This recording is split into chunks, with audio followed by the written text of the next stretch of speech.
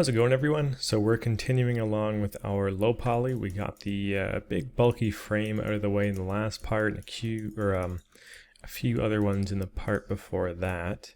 What we're going to be focusing on in this part is the keyboard with all these guys and the buttons and this front piece.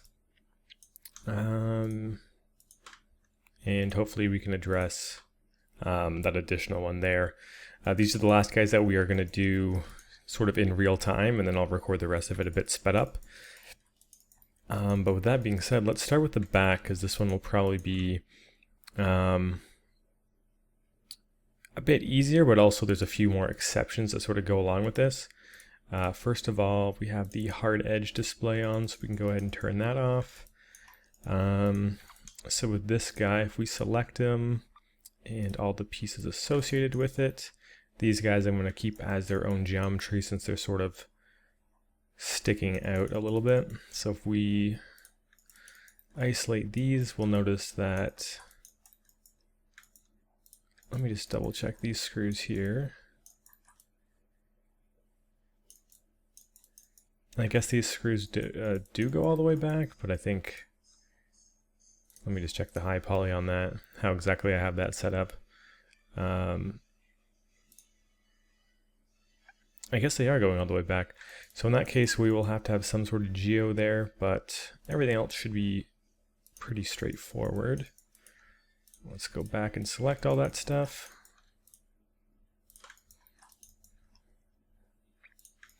And we can start by taking these screws here and deleting them. They're not affecting our silhouette at all. This is affecting our silhouette, so we're gonna have to model that in. And at the back here, this is affecting our silhouette. So let's go ahead and sort of optimize this where we can. We can go ahead and delete this guy because he's not needed. Oh, he seems to be attached. So we'll delete that. As far as this stuff goes, we will double click on the screws so we get the whole thing. And then let's just unselect back here. Delete the front. I'm just going to leave these screws here. And then we're going to dramatically reduce the geo just because we really don't need anywhere near this amount for the roundness. This is a part that's barely visible as it is, so let's just go ahead and totally get rid of that. So control backspace, and then it might even be possible to take out another collection of edges here. Yeah, for something like this, that should probably be more than enough. And then we'll continue it here, where we deselect every other one. So just going through. Not really too difficult or anything to really comment on here.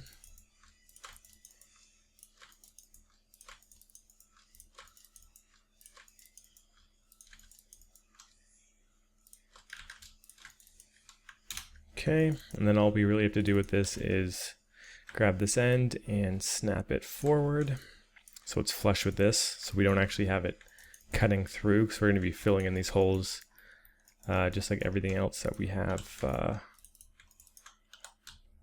worked on with screws in it so far. So that'll do for those parts.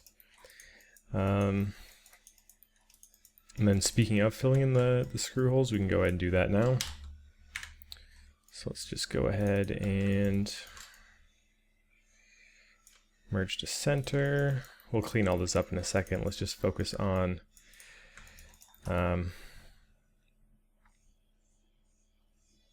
actually, this guy seems to be more or less perfectly symmetrical other than this. So let's go ahead and cut this here.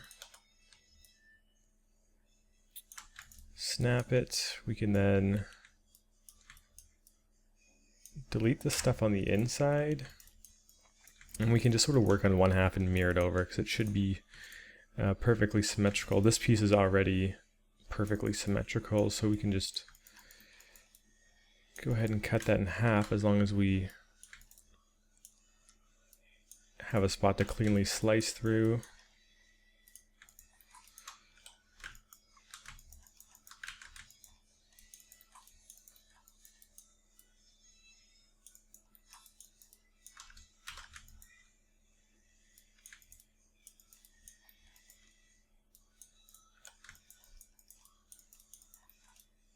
Okay, pretty good. And then we need one up top as well. Cut that all the way around. So let's go ahead and slice this guy in half. Just doing it slowly because this middle part might be a little tricky to get exact.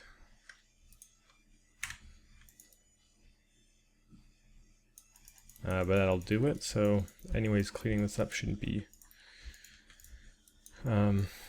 anything too crazy. I'm going to delete these pieces of geo. And then maybe snap that there. And do something like that.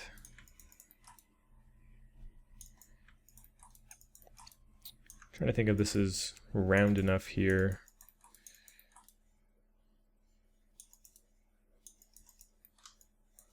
If I turn off wireframe.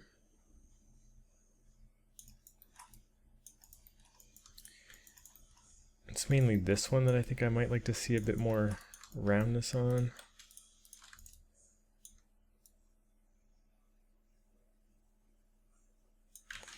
But let's go ahead and pop in the high poly and see how it looks. If we turn on wireframe, and see if we can just sort of fudge some of this stuff around.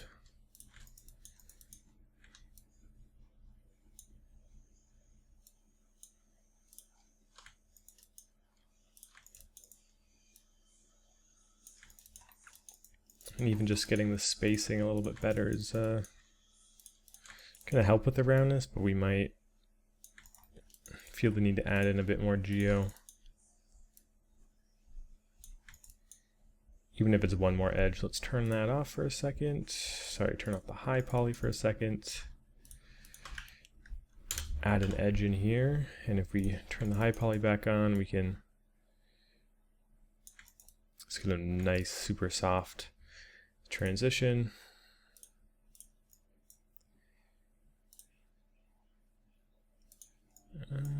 Go back into object mode, and we can start to round this out. We'll continue that cut all the way down, which will then allow us to fully round out that area. Can use this to round that out a bit more. And then just sort of close that off wherever it seems appropriate. So this entire area here, you might be thinking, you know, for the low poly, we kept in this back area, but that's because there's some sort of actual changes to the geometry and things sticking into it that we can't really get around. For this, we do have geometry going into it, but it's all a little bit forward. So if I bring in my high poly, we're getting these sort of grooves here, and that's going to bake down directly onto this really nice, and then we're going to have these teeth more or less kind of blocking it, and since it's raised forward, it's going to give the illusion of it being like sunk in a little bit. So I'm actually going to get rid of all of these grooves for that reason, because we can't actually see the hole and this stuff is resting in front of it, so there's really no point in having all this extra geo doing just that. So let's go back here, and we're going to save a ton of geo by doing this.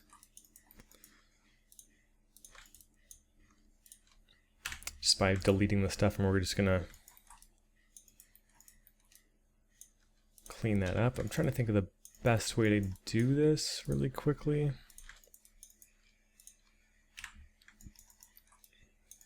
So we have an edge here that's going down, edge. The edges are still there, which is definitely going to help. Let's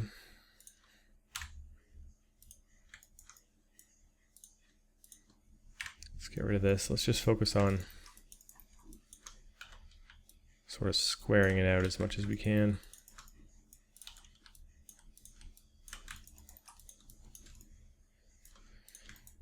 Let's see.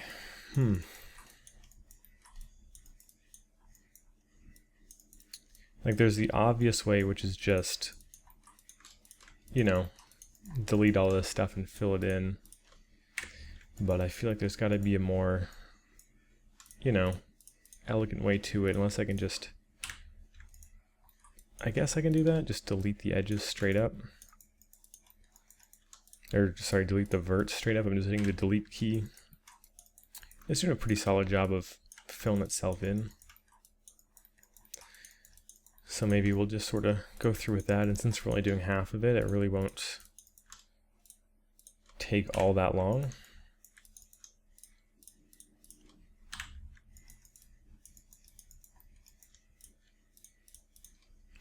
Deleting the faces, deleting the verts.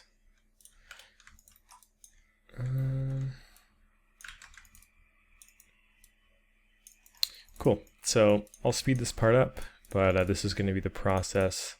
A bit more of a brute force process, but it's definitely getting the job done. So let's just continue on with this, and I'll talk to you when it's done. Just keep in mind to sort of snap these guys down when they're on the edge like that.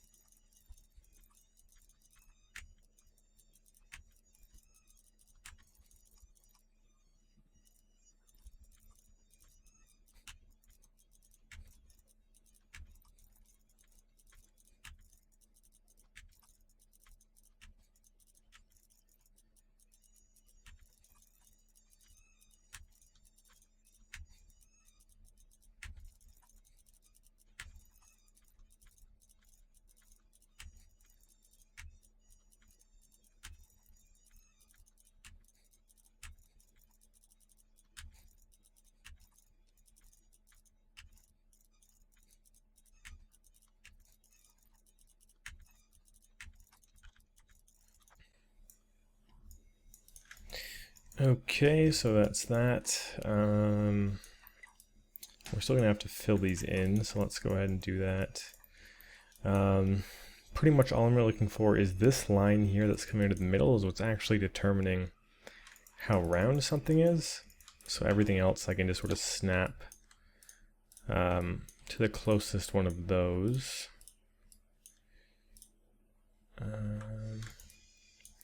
Like this is all flat, for example, so it just makes sense for me to pretty much snap it wherever it's closest to, as I said. So this, consequently, I'm going to have to merge that in and then snap this over since it's in between two of these guys. And that'll clean that up pretty good. So I'm going to have to do another pass on that. Let's just do one more, and then I'll speed this part up as well, just because there's not too much I can really cover on this. But it's just more really basic cleanup as far as this stuff is concerned. So snapping that over, merging, and yeah, so I'm just going to do that and I'll speed it up and I'll see you guys when it's done.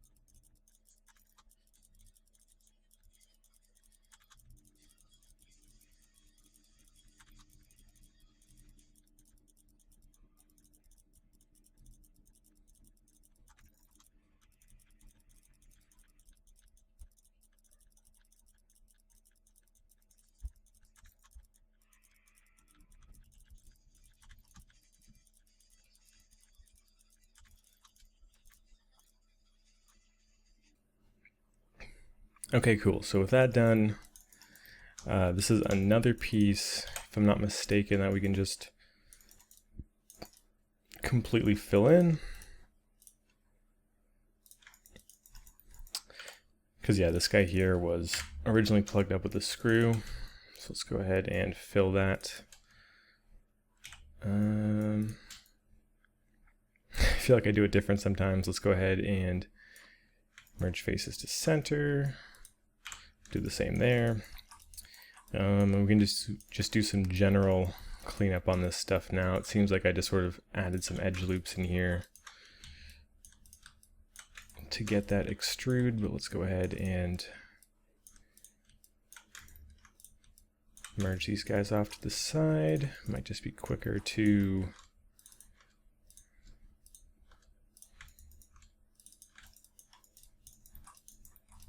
grab them like so, minus the guys that we already picked up, and just snap that over.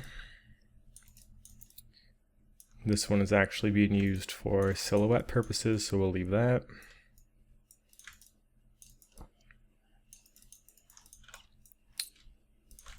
We have some kind of extra edge there. Let's go ahead and remove that. This one is pretty overcomplicated. This stuff is still affecting the silhouette. This I don't think is doing anything, so let's go ahead and sort of merge that up.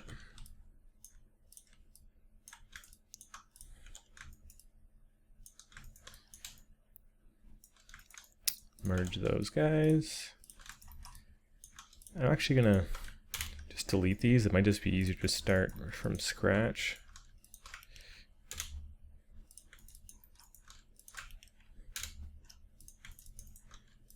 And connect them like so.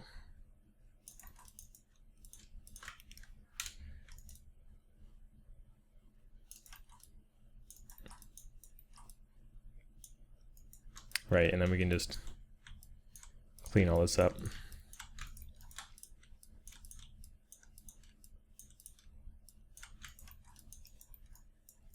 Seems like I did that on one side and not the other. Interesting. So that, well, we have this as well.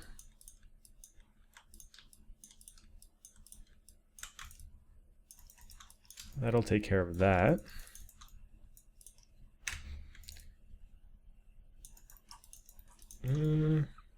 This can definitely be cleaned up a bit. Like so.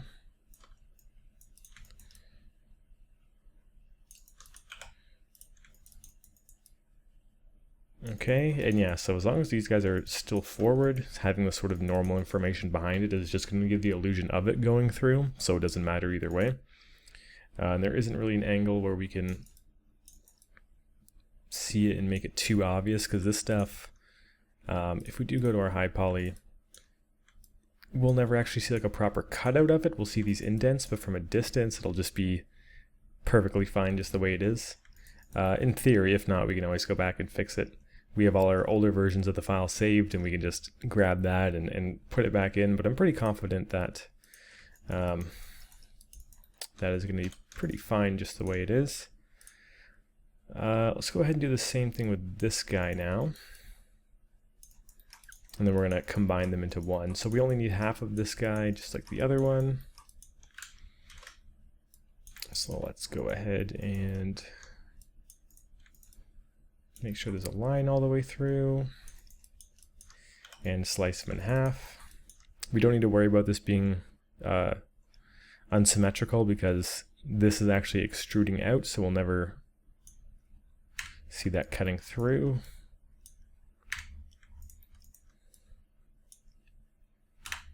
So we can just delete that. Let's just start with the easy stuff.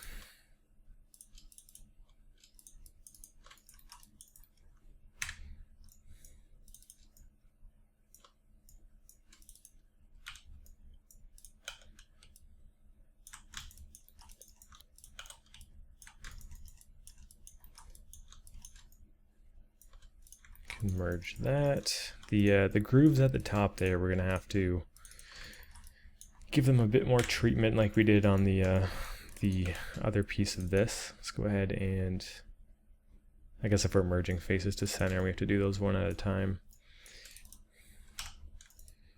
At least this is a bit easier though. We have direct spots we can anchor this to. I'm just deleting these and connecting them to their appropriate position. And then there's one in the middle. A little bit awkward, but a bit easier because we can just delete the verts, including those ones. Okay. So how are we going to go about doing this? Let's go ahead and take a peek at the high poly for this. So this information's on here pretty good, but as long as we just have it filled out, we can bake down pretty much all of this stuff. Like the fact that it's dipping in, we can just bake that down because we're never going to get to a point where we really look at it and see that there's like an opening, especially because we're pretty much only going to see that part from like this close max. Like I don't think I'm ever going to do a render that's right here, right? So as long as it's sort of flat, we can bake that down really cleanly, and it's going to save us a ton of geo because this is a lot going on here. So let's see. Probably the fastest way to do this would be to say delete like this, and then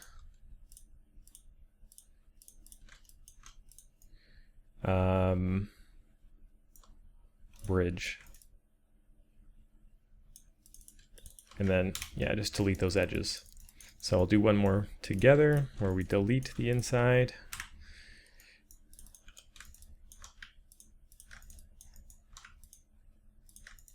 And bridge. It's going to give us some gaps in some of these spots just because of how the geo is laid out, but I'm pretty sure if we delete these, it should be fine. Maybe not.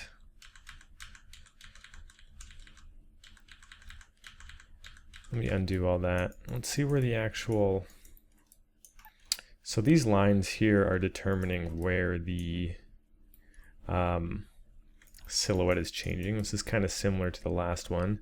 So with something like this, to go ahead and bridge across, and delete's fine because those two lines weren't affecting the silhouette. Here we're getting a silhouette change. So if we were to try and do something like that, delete this, grab these edges, and if we were to try and bridge those across, we're now getting a gap here. All that means is we're just going to have to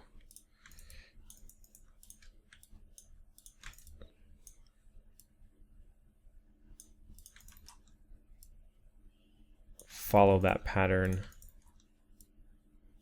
and snap it into place, and then the one that isn't affecting the silhouette can just be deleted straight up.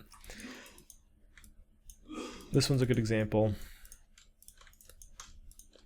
because we already have this piece connected. So if we were to Now bridge this across. We could easily just remove that. This one doesn't have any sort of edge touching either of these. So if we were to bridge these guys across, we could get rid of both edges with no problem. And then I'll do this as a last example before speeding it up. So we delete these guys.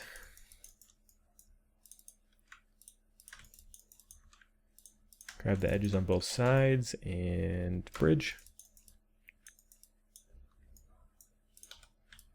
And then we're just going to pick one of the sides to more or less mimic the transition and get rid of the other one. So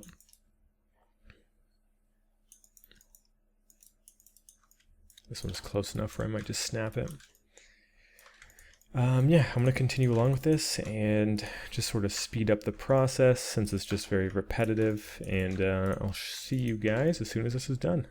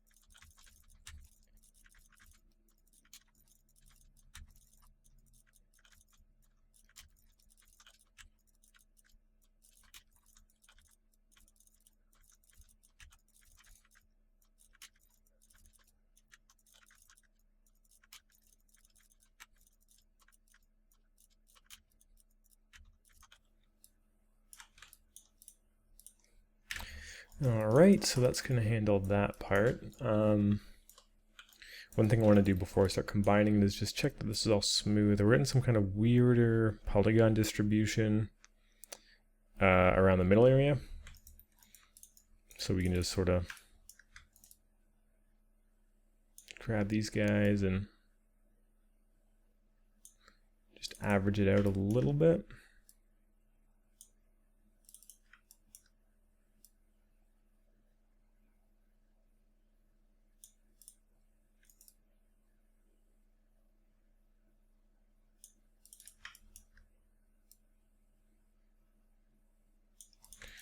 Okay. And of course we can always just compare that to our high poly version. Seems like we're losing it a little bit around here.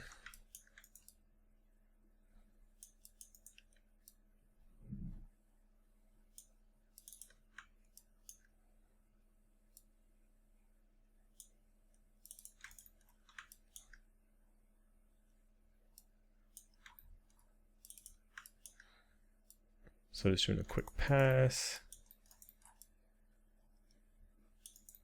Making sure it looks pretty consistent all the way through. It's looking pretty good. Yeah, we can go ahead and actually combine these guys into one mesh. So there's really no reason for us to have these guys separated.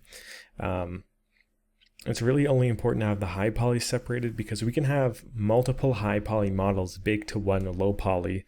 I showed that in sort of the preview lesson, the very first one.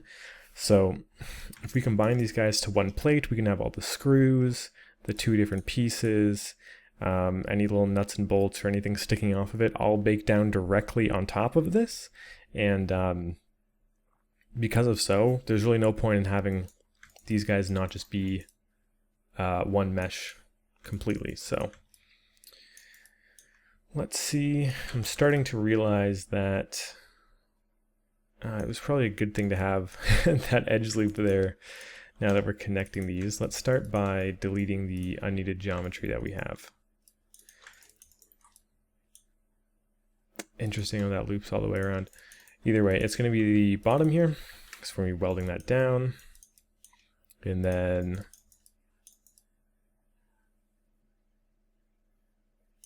it seems like there's a thin line here that we can sort of cut out. So I'm just going to use my cut tool to get that. And if we isolate this, we can just sort of continue that along. So I'm cutting along here. It's not liking that for some reason.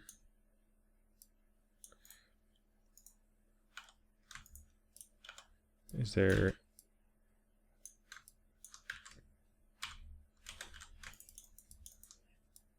Interesting, okay. There's some sort of extra vert here. Let's delete that. Should work out a lot better now. And then I can just vertex snap that. Let's just sort of do the same thing here. Just an extra vert in each one of these spots. So we can just sort of add a cut up here and then grab all the new ones, flatten them out and snap it to that position. Close it off, of course, and then delete this stuff.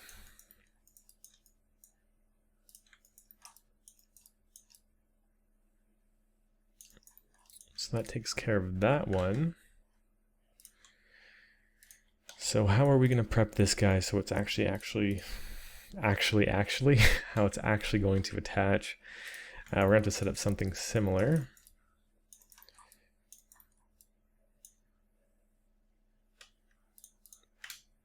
So with this guy,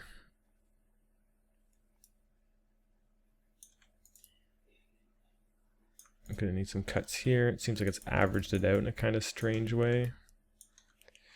So I'm just going to flatten that and snap it here.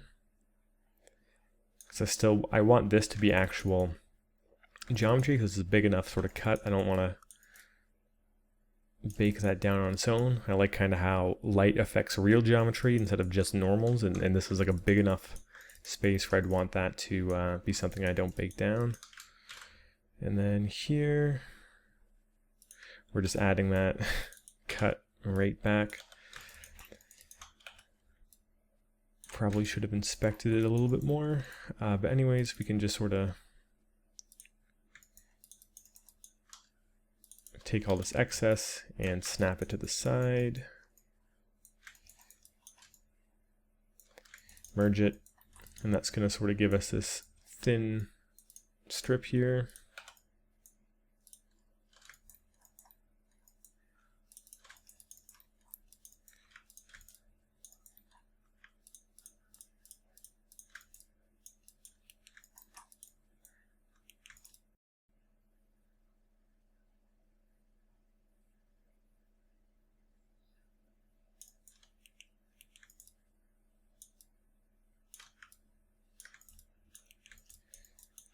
This guy is kind of changing how we go about things a little bit.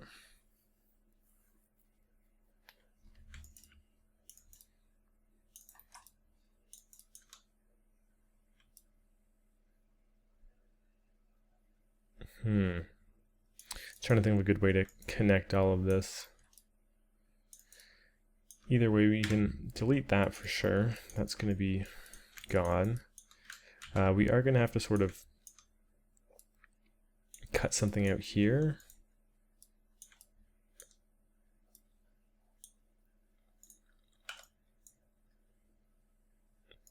What I'm doing here is I'm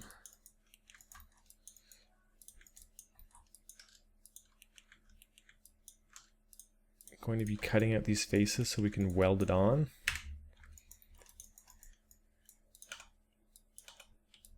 So we can just sort of directly attach it.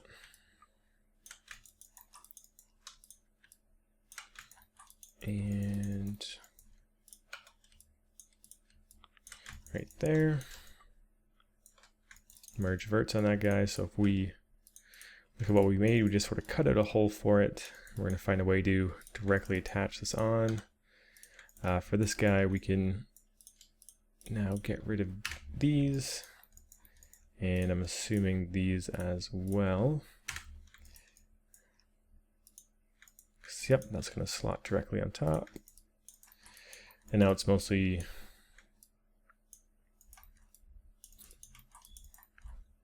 these sort of faces here.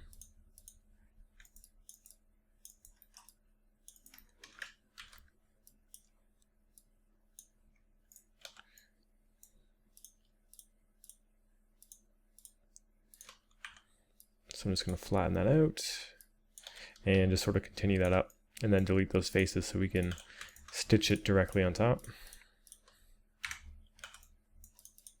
And I'm pretty sure that's all we're going to need to connect that, because we took care of the top.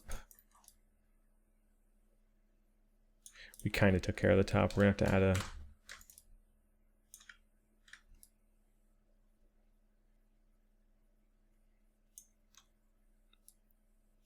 little section of cuts here.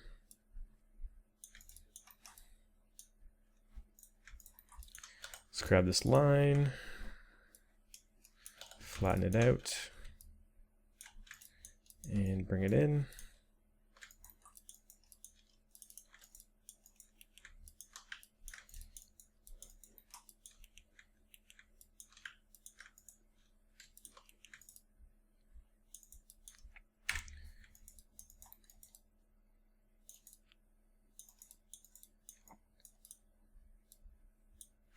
Cool, so by deleting that, we can snap that on there, and I think it's just going to be this piece left, if I'm not mistaken.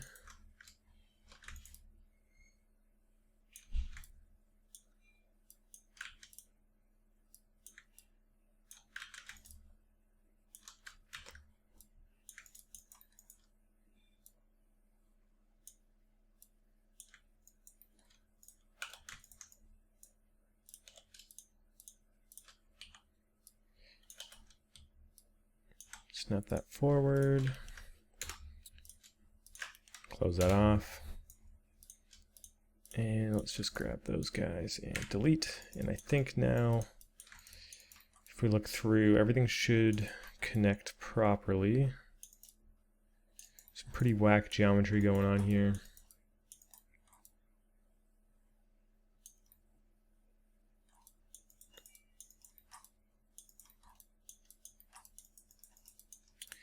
But let's just go ahead and do a mesh combine on that. Seems like there's a bit of manual cleanup. Just gonna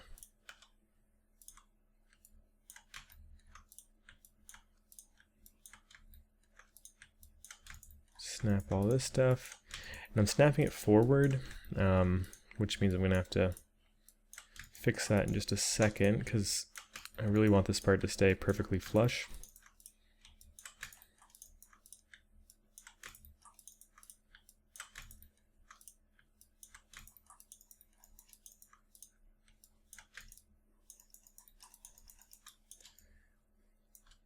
So once again, just merging that, and yeah, let's grab these guys really quick. Should only take like 2 seconds. So we can just scale that. And if we start poking around, everything should be attached properly. Of course, we have extra verts just floating around.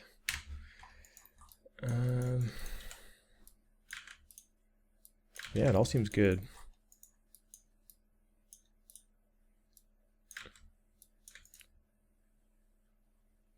This isn't looking that smooth though. But yeah, that definitely seems like it's going to do it. We should be able to mirror this guy over now. Let's give it one quick look over.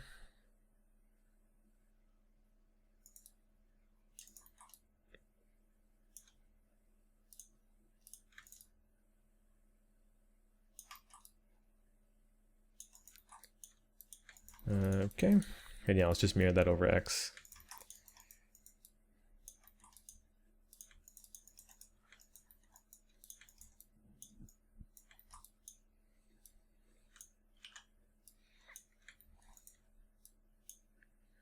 Just gonna really scale in these midpoints and give them a merge. So that'll take care of that piece. We do have this little guy sticking out and nothing on the back. Oh right, we do have these. So let's find a way to attach these.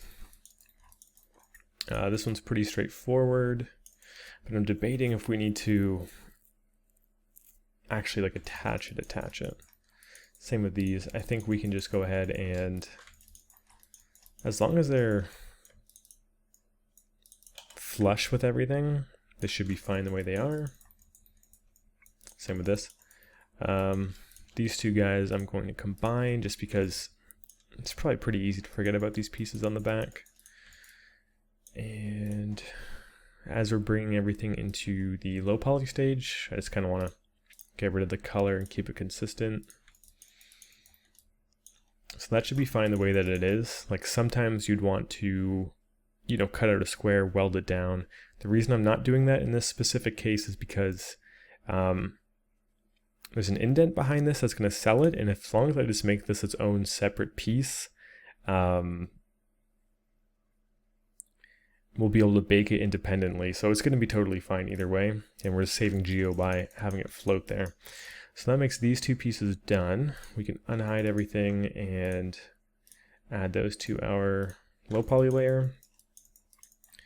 Let's see if these guys are going to be complicated.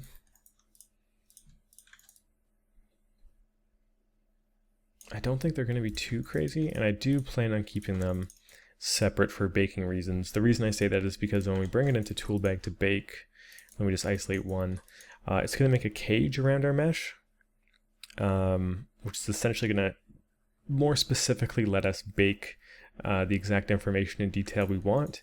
And if things are super close, when we make our cage bigger, it might cause some weird artifacting. So having them spaced out like this is just more of a safety net than anything for the bake. And because of that, I'm just going to sort of keep it the way it is. We're going to be combining everything at the very end regardless, so I don't think it really matters all that much.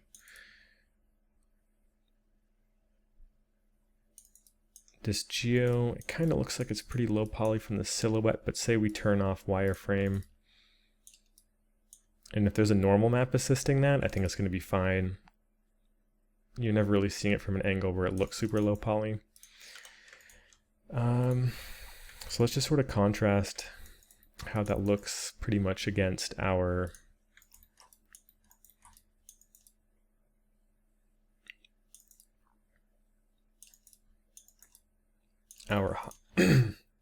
high poly.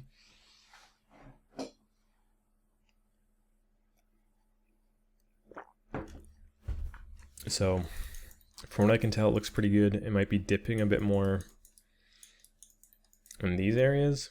Like it seems like it's more up here and this stuff's just hanging a bit lower. I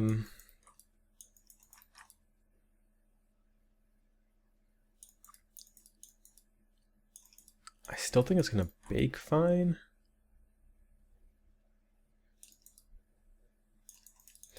Because let's say we wanted to go in here and independently adjust and wiggle all of these. I think we're going to do more harm than good if I'm going in here and sort of adjusting it and I'm throwing it off in certain axes. So I think I'm just going to call these guys pretty much good for baking. And since we're not really affecting anything, if that's not the case, going back and editing it is going to take no time at all because we're not going to have to backtrack at all. So I'm just going to straight up call these guys good and add them there. These guys for a fact are going to need a little bit of work. Actually, before I say these guys are done, let's take a quick look at them for a second again. Okay, no, there is no n-gons or anything like that. Everything's a square poly, so I think that should be fine. It's I think the same thing with these here. Oh wait, no. These are all attached, never mind. Same with these guys. Minus the ends being super beveled. We just sort of have to connect all of that.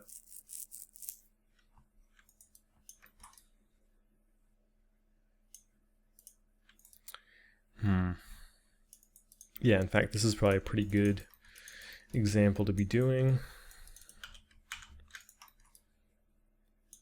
since we're only gonna have to do one and then we can just duplicate it over. So let's just sort of focus on this guy for now. Pretty easy to get this guy to a proper low poly mesh. We have him beveled. All we really have to do to clean that up is something like this, where we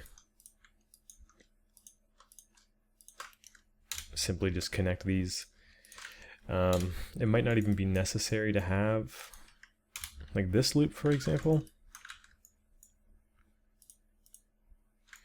So let's just take a look at where this is plugging in.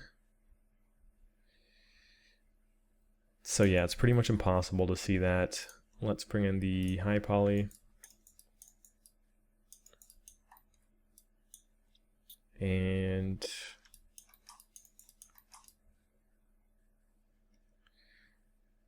I mean, the roundness is definitely there, but the chances of anyone seeing that is pretty low.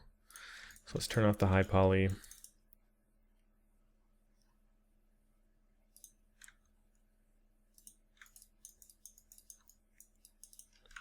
Let's get rid of this angle and see what we can do with a little bit less geo.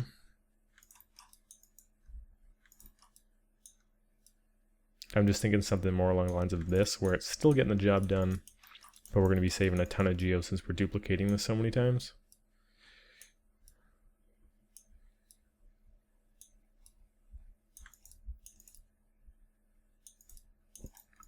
Visually is going to look pretty much the exact same. And since there's like, what, 40 something, 42 or 44 of these, so you might as well just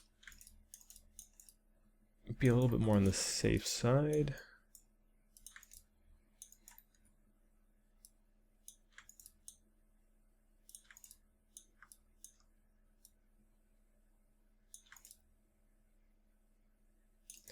Cool. So let's extract this guy. Just sort of give him the UV treatment.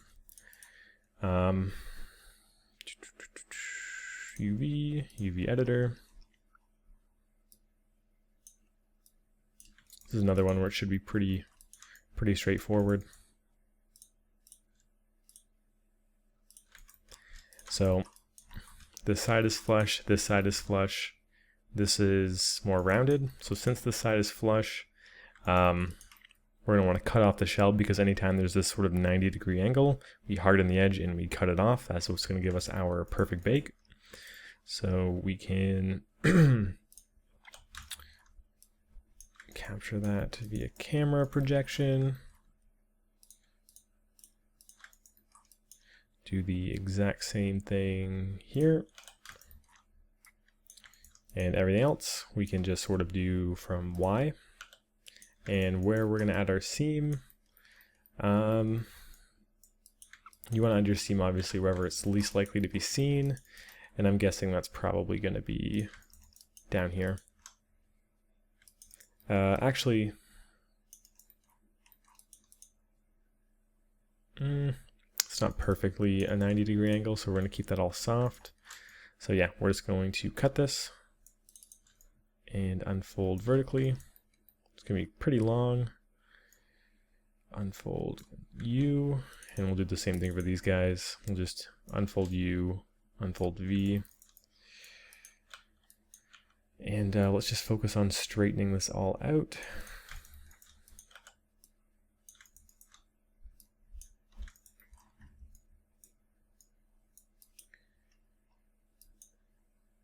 Go to our line and snap. And just sort of oh, we got to use UVs for this. Just sort of align these guys and average them out. Even though it's on a bit of an angle, I'm going to average that out. Just give us a better chance of a more high quality bake. Same with this stuff. You might get the smallest amount of swimming in your texture, but all things considered, it's probably worth it.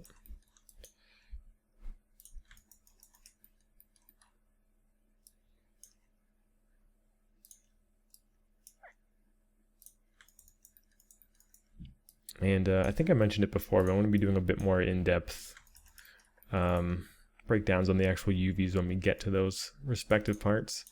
So this is just more of a preview on it. I still have some kind of snapping on.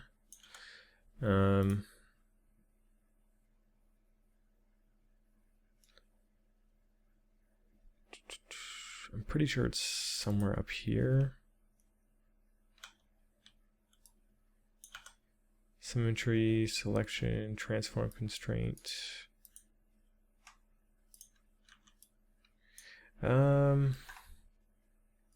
Transform.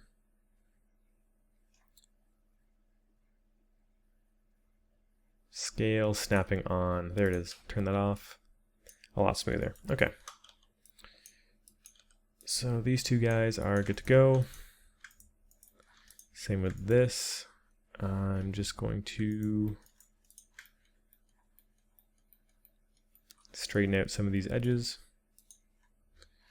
Go and align. Oh.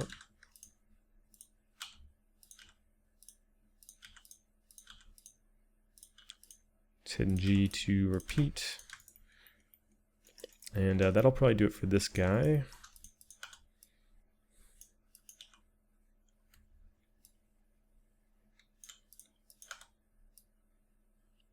So his UVs are done. I might take it the extra mile and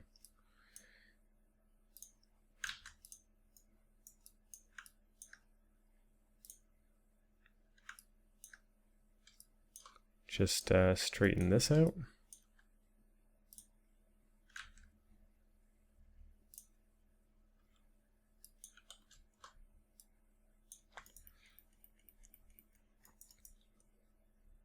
Because yeah, we already did it here, so we might as well keep as many straight edges as we can, and we can put on a checker texture. Let's just see how that looks. So yeah, even though we deformed a lot of stuff, you only really see it here, and that's so minimal, you'll actually never really notice that, so I'm pretty fine with how that looks. So if we go back to shell,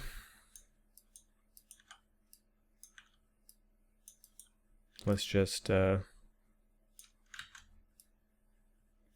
put this somewhere where it's not going to cause any damage, just out of the way somewhere.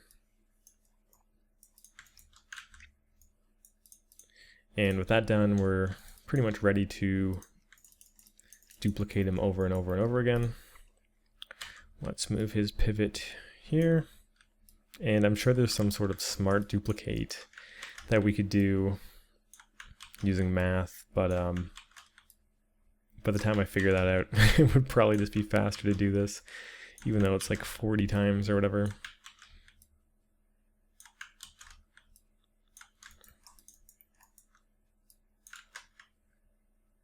I'm going to take this old one and give it a different color just so I remember, or I can better realize, I guess, which ones I've already done.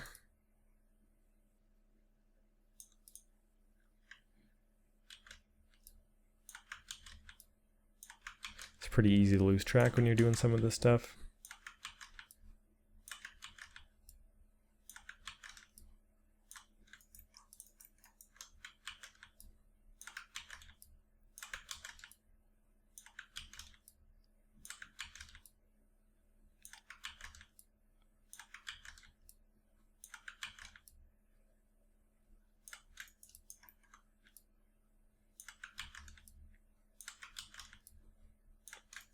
Okay, almost there.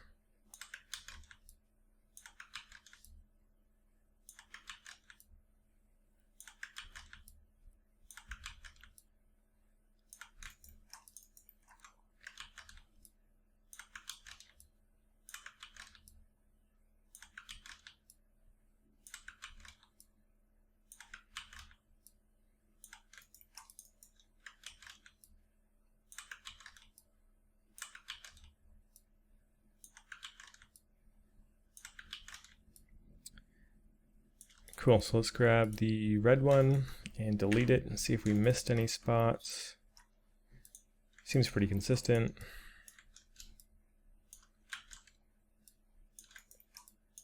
So we have our optimized and UV'd guys here. And let's go ahead and mesh combine. Hit that with a just sort of the gray color we're going for, and put that in low poly. Cool, so if we look at our low poly now, we're getting these guys in the front, these guys in the back here. We have this piece done, this little accessories.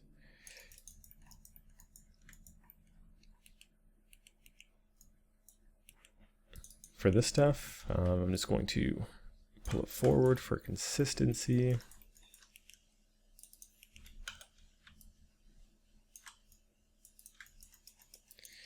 And yeah, we're making some pretty good progress. That leaves us with the sort of main keyboard and the keycaps. And I think that's not going to take too long, but either way, let's see. I took a little bit of a break in the middle of recording this, but we have been going for a little bit of time. I do want to finish the rest of this in this part, so what I'm going to do is stop the recording now, but join you guys in just a second when I've done whatever I need to do, and then I'll dive back in and yeah, we'll finish up the rest of this keyboard. So I will see you in just a minute. How's it going, everyone? So we're back, and what we're going to be doing is finishing off this keyboard part. So that includes the keycaps and this more complex piece here. I think it's going to be a lot of repetition, but not necessarily anything too overly difficult to actually produce. So if we just check once again, we have all this stuff done. It's been going along pretty quickly and pretty smooth. This was our last part, and let's go ahead and wrap this guy up. So we're going to start with these and essentially make all of the keycaps and sort of UV them and duplicate them around as they should be.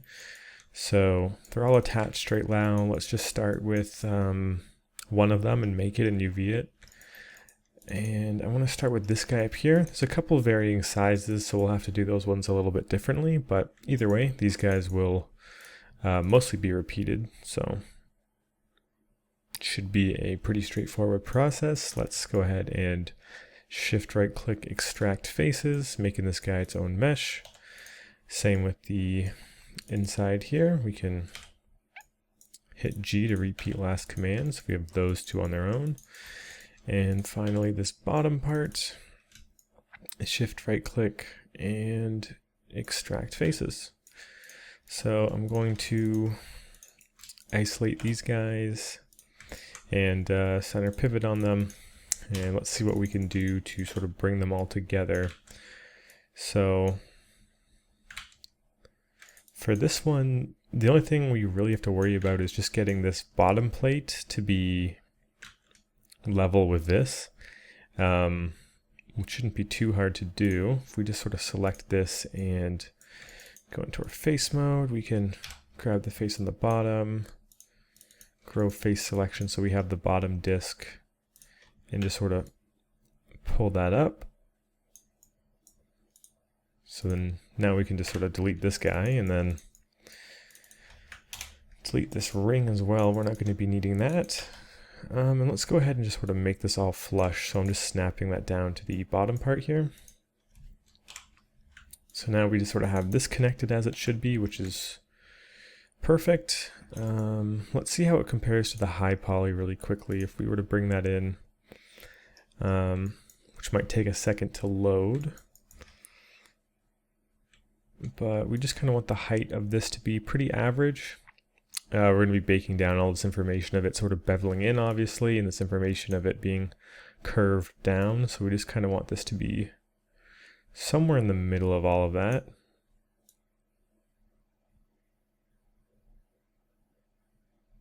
Somewhere like so should probably be fine. We can turn off the high poly.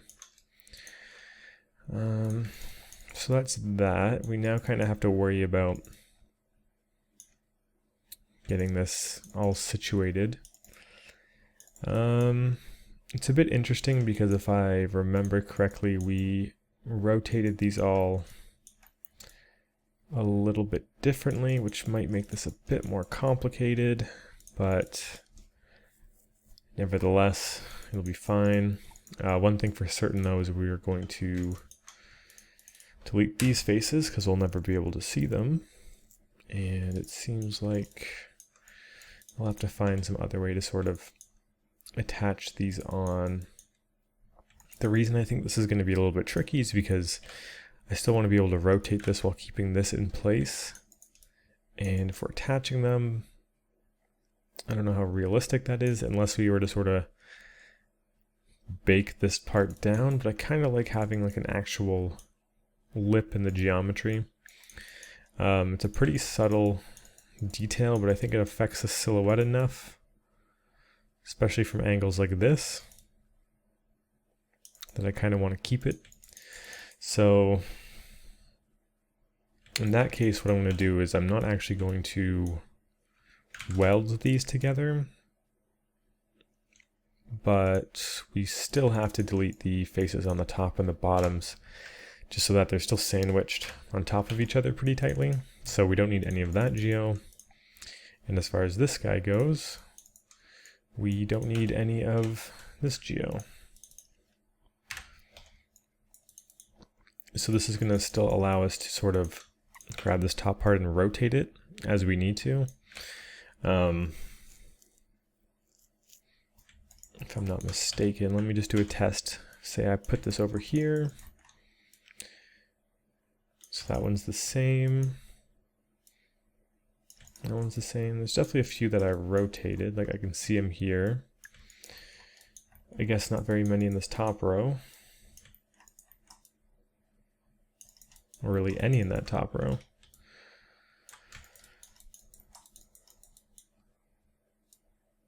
Okay, this one's definitely rotated, so yeah, that'll still be easy. It seems like I held J when I was rotating them, which means it's going to snap to some kind of angle, which is exactly what we want.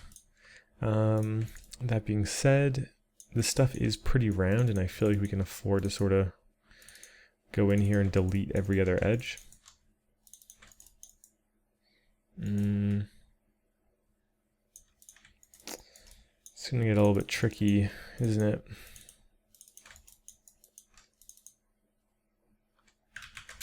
Yeah, because it's going to want us to delete this edge. So let's just start by deleting these.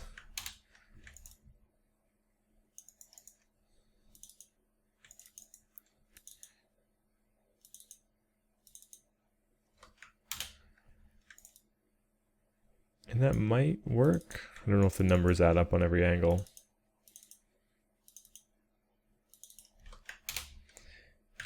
Yeah, definitely not.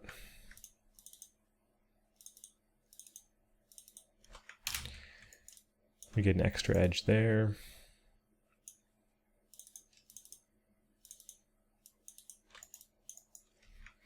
And we get an extra edge there.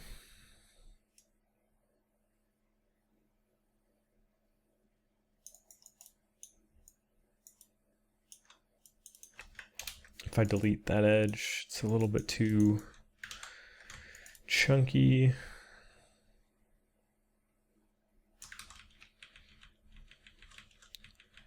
So let's undo all of that.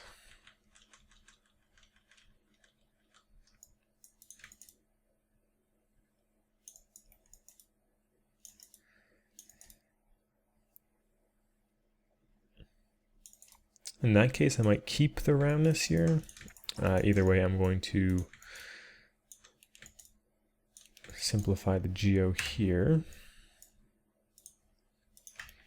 where we just sort of connect them across. This saves us a few little polygons, and we're going to be duplicating this one around quite a bit. So we can take all of the geometry saving we can get.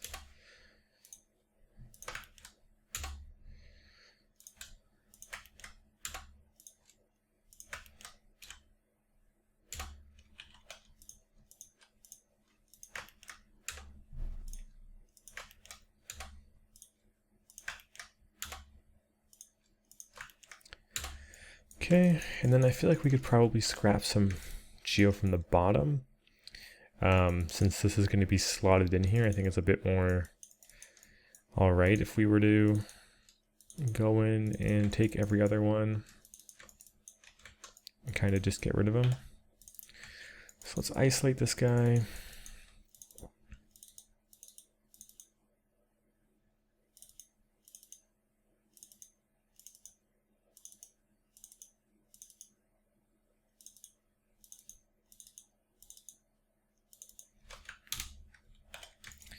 So it's definitely looking a little low poly, but when it's pressed up against this, you can't really tell.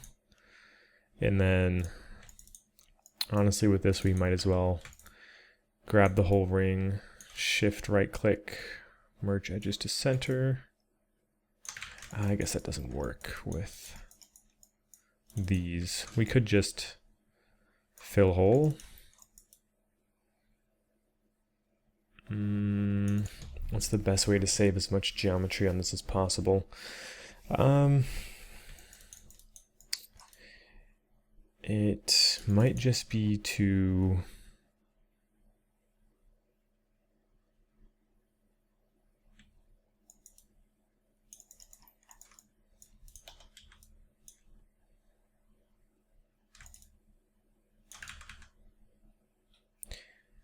do something like this, I guess, where we have it filled up, but we just sort of bring these all the way to the edges, just snap in the verts, and these guys are poking out a little bit. And then we'll continue to do what we did at the top and just sort of connect them all in one way or another.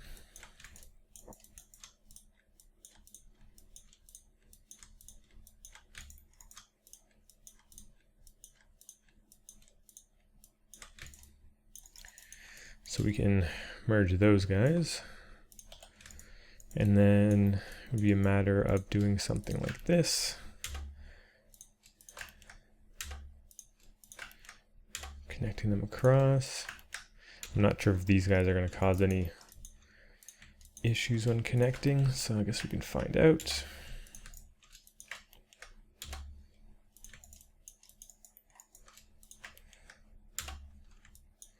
Seems to be going pretty good. Yeah, that all works. Let's do the same on the other side.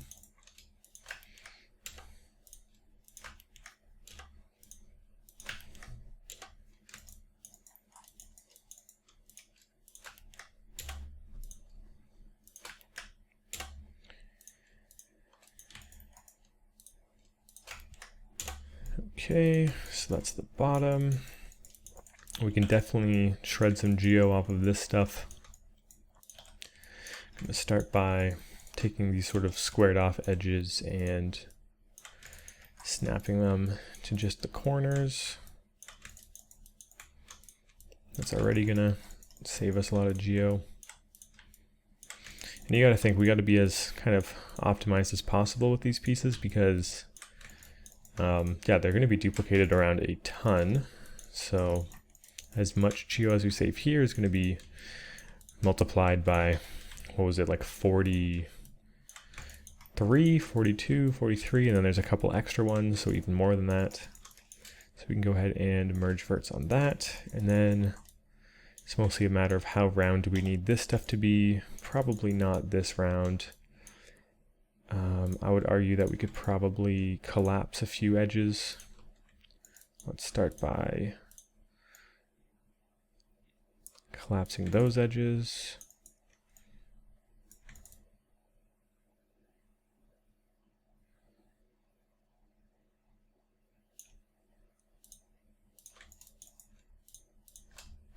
I just want to see if that's a bit too ambitious.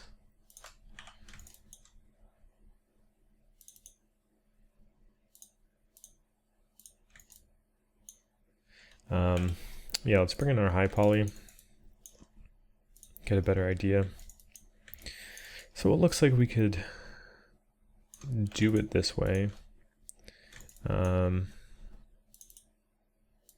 grab our move tool. We're on a weird angle, so the pivot's all over the place. But if we go to component, it gives us a bit of a better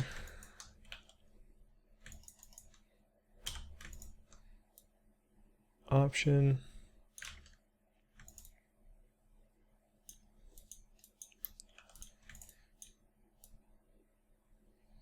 We can scale that in. We can, it's hard to grab this, but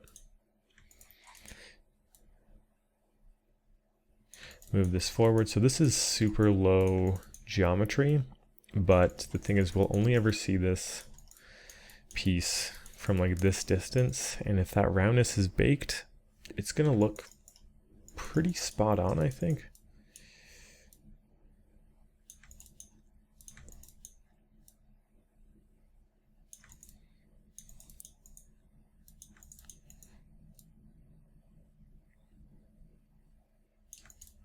I think it'll work just fine.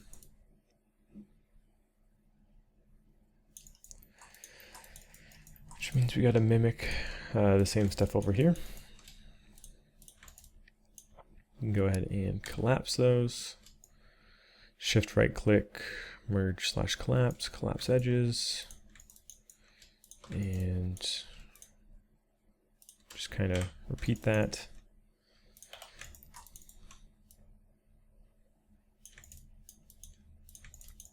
And yeah, I'm only going this low on the geo just because it's such a tiny detail that's probably only going to be seen from very far away.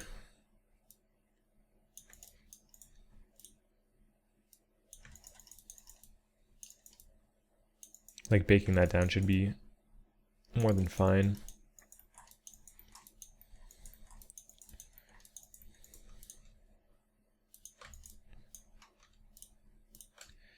Collapse those edges and collapse these edges. Sort of massage these into place.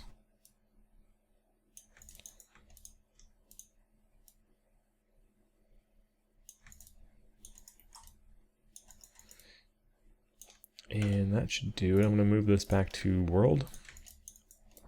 And let's isolate these guys, turn off our high poly. So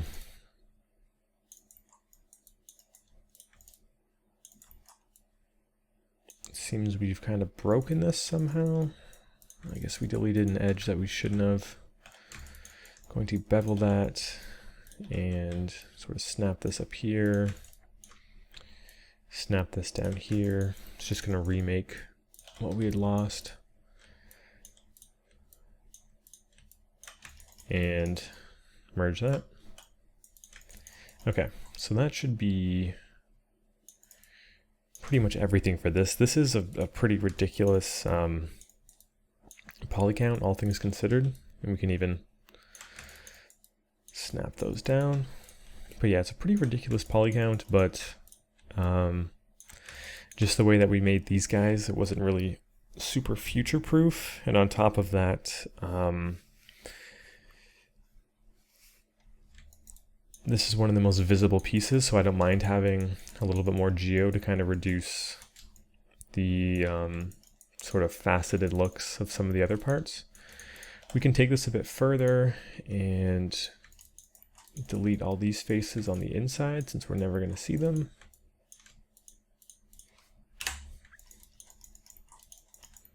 Once again, just anything that we can really use to our advantage at this stage is going to save us a ton of geo when we duplicate it all around.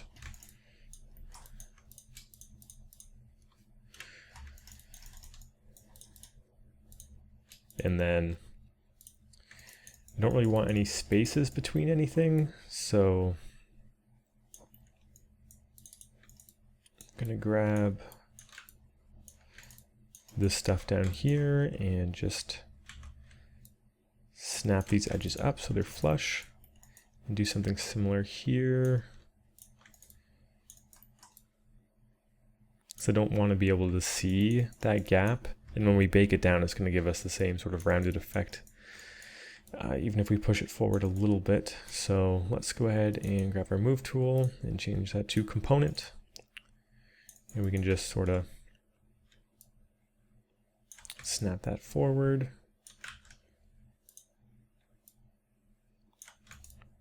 Maybe one at a time, since they're snapping to different parts.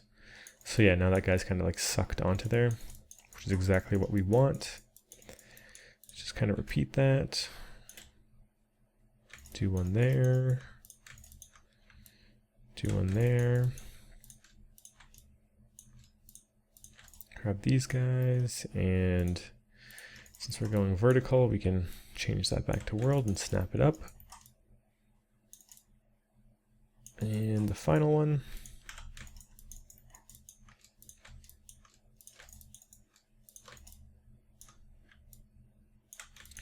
Snap that up and snap forward. Snap forward. I think those are snapping pretty deep in there. So we can pull them out a little bit.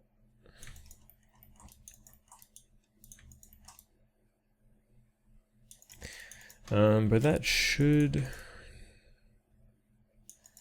do it for these guys. Actually, we do have to triangulate that. 1, 2, 3, 4. Technically not, they are four-sided, but just to keep it consistent.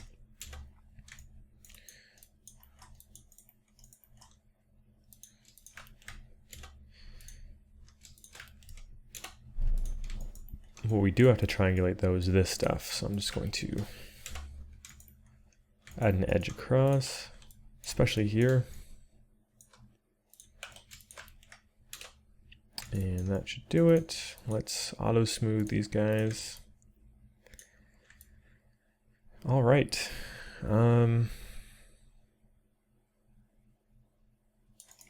Okay, we should be able to UV this.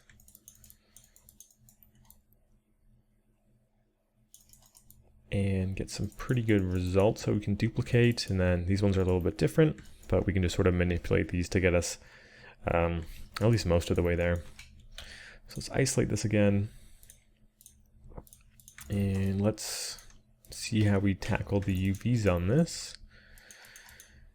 Let's go to our UV editor, and I'll cram it onto this screen. Definitely one of these things that you want to use multiple monitors for, but there's no really easy way for me to record that. So for the time being, we're just going to be doing it this way. So this one should be pretty straightforward. If we do a camera, let me select the faces, do a camera projection. Just the same rules as before, where anytime there's a 90-degree angle, we're going to cut those things. So right click, shift right click, sorry, or just shift right click.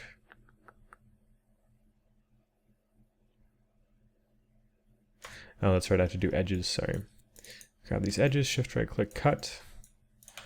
So this guy is going to be its own shell. These faces here, where there's another 90 degree change, is going to be a different cut. So let's grab the edges around this guy.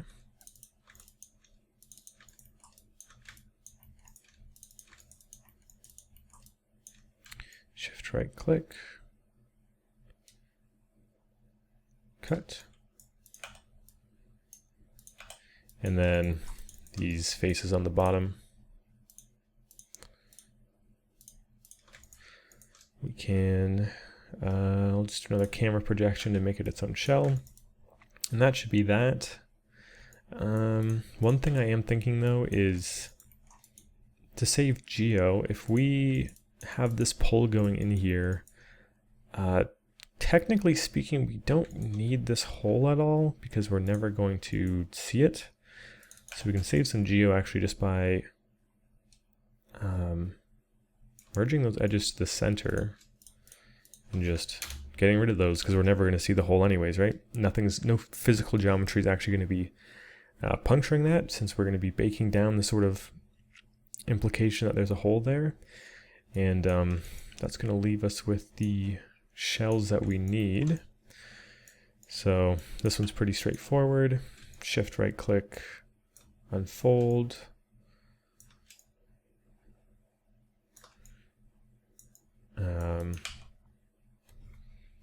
Pretty basic. All you really have to worry about is the alignment. So just sort of straightening this guy out, which is just going to help with our bake.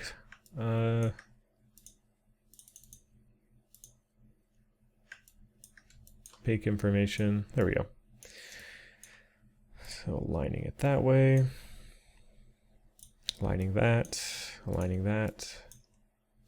That and that. So this guy's all straightened out. This one should be pretty straightforward. Unfold U, unfold V. He's just pretty much a disk here. Still seems a little weirdly unfolded. Let's just hit unfold. That should average it out. And yeah, I'm pretty much only worried about averaging out the sides, top and bottom, left and right. Anything that you can keep straight, just try your best to average them out when you can.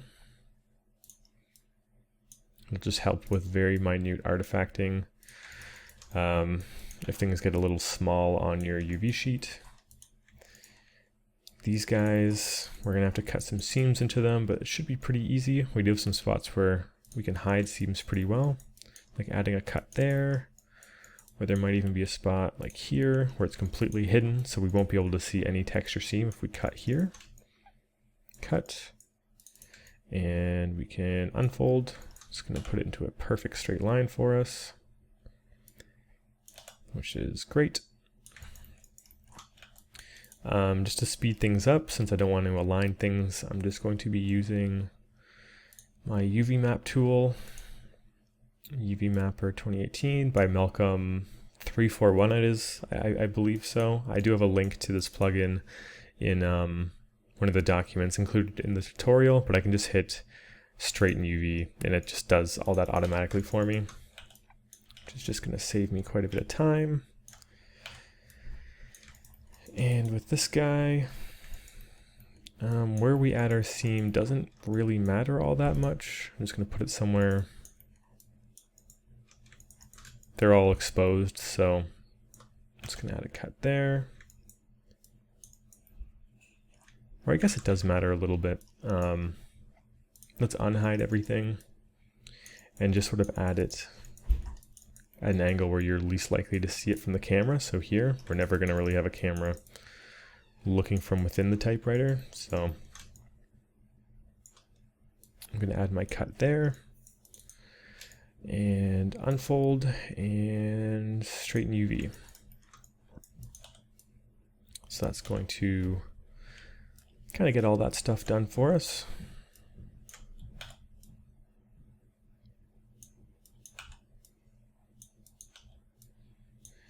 This, of course, is gigantic, so we're going to shrink it down.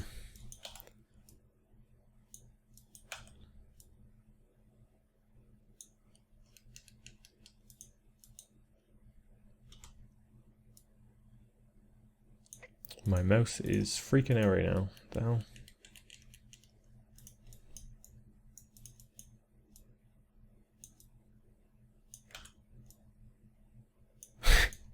I'm not really sure what's going on.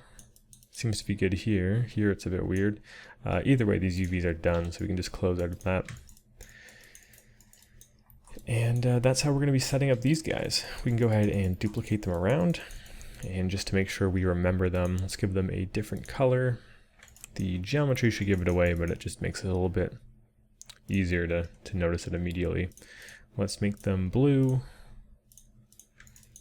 And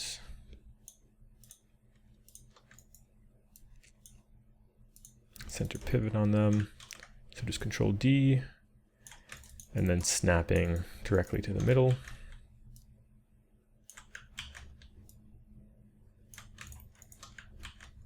So I'll speed this part up.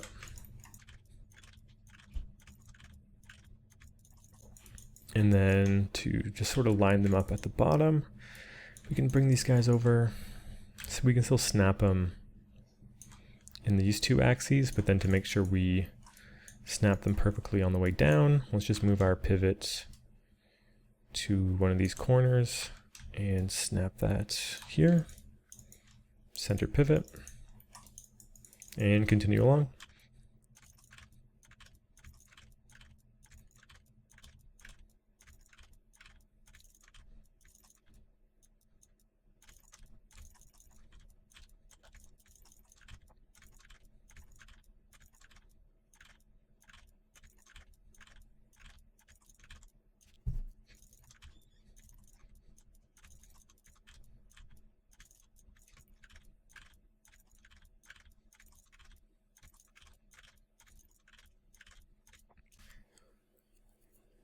Okay, so we got all those duplicated around. The only thing to keep in mind now is the rotation of these bottom pieces. We want to make sure that these blue ones are sort of matching the rotation. So this whole top row seems to be pretty good, but when we get to here, we start to see that where our blue new ones are lined up, they're a little bit different than these guys.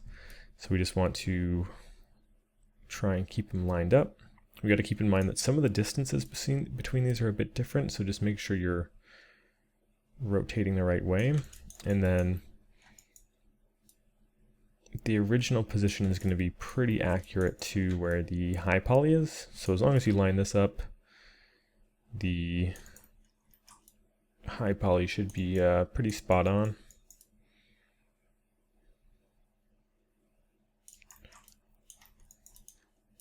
So I'm just going to do a pass on rotating this, and then I will be back in just a moment.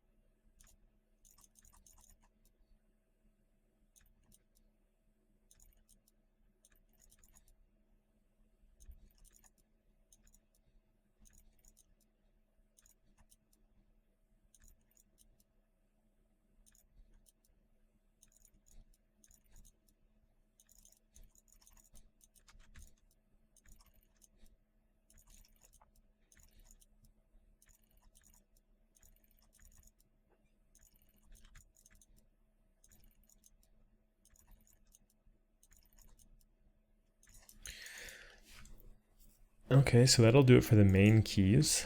We do have some of these sort of weirder exception keys on the side. I do think this one is the exact same, if I'm not mistaken. So let's start with this guy and just snatch one of these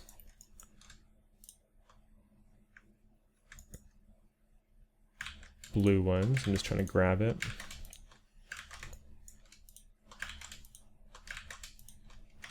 Just really does not want me to select it.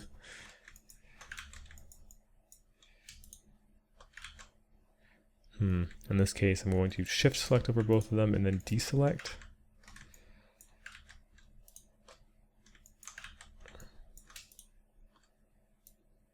There we go. Okay, we got the blue ones. Can duplicate this.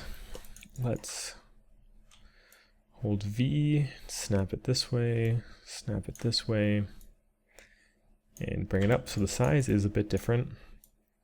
I'm going to start by moving our pivot to the bottom here and snapping this one how it should be.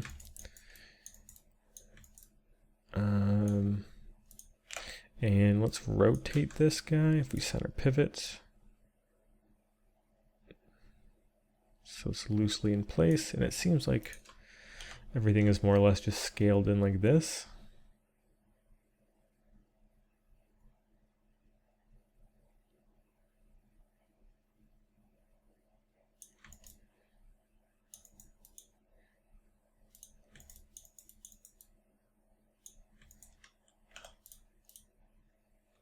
Interesting. Let's undo the scaling and center the pivot.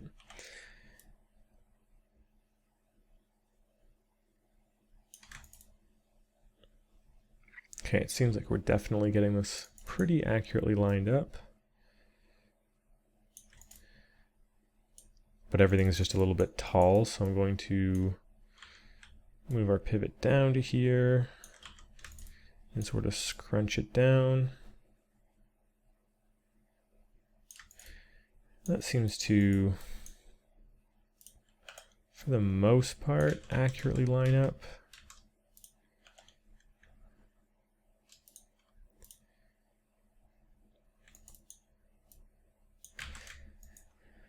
If I delete these two, this stuff still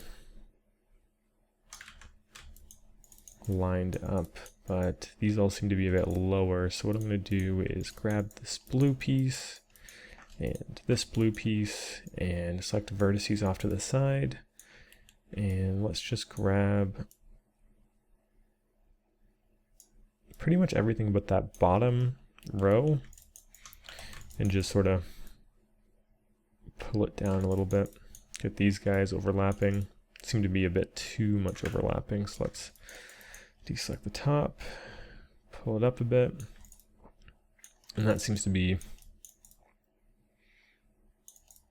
pretty spot on with the accuracy, but it does seem like we could rotate this guy a little bit better, and that'll probably do it. So there's that one, and we still have 1, 2, 3 to go. Let's grab the blue ones again. And I'm just gonna keep an extra one off to the side here so it's easy to grab. So we can Control D, center pivot, and just snap this guy to be level this way first, and then it's definitely a bit smaller.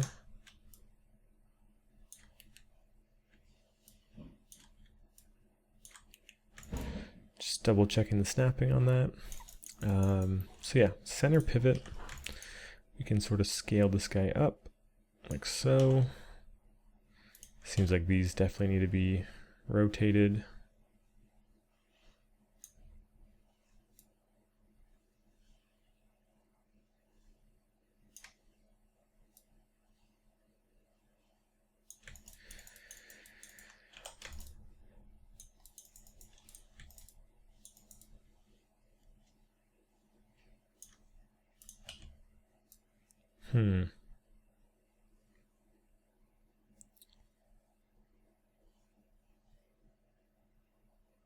This seems to be the most accurate, but I think the scaling is off.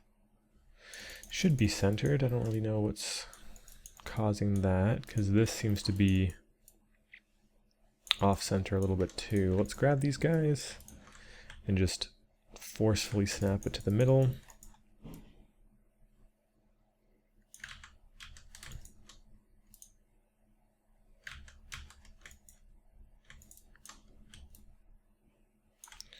And then one at a time sort of push these to their respective places.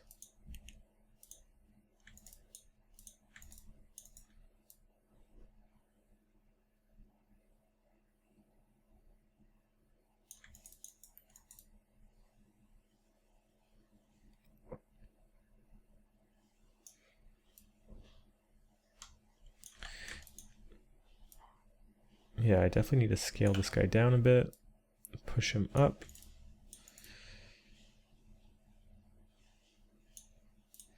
As for this blue one,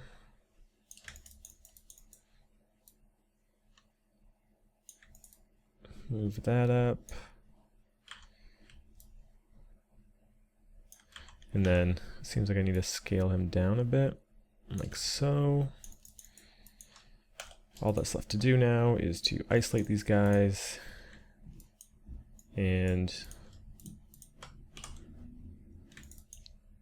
I'm gonna have to push this out to the rim like it is in most of them anyways, right? Yeah, so that matches the green. This is just definitely pushed in a weird direction. So let me grab this and just slide it forward. And I think that'll do. I just want to grab these and double check. Yeah, that should be fine. Okay. So that'll do the right side. We can move to the left side now. Seems like I messed with the scale of the stuff more than I remembered, but it's okay. Snap that there, snap that there. And move that position there so we can snap it directly down. And for this one, let's Control G, so we'll group it. And if we center pivot and move the position of that group down here, let's see what happens when we just scale this up, if it keeps it more accurate. Definitely seems to be a little bit of a better way of going about it. Center pivot on that.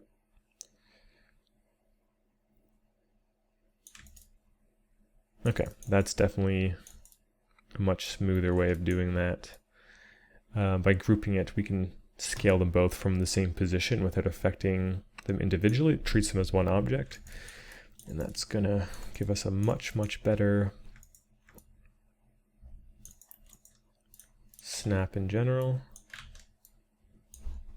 This is a lot smaller though.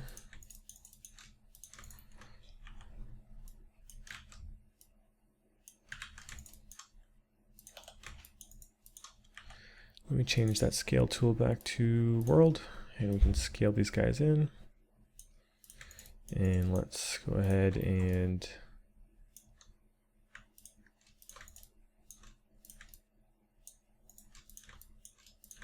scale these guys in.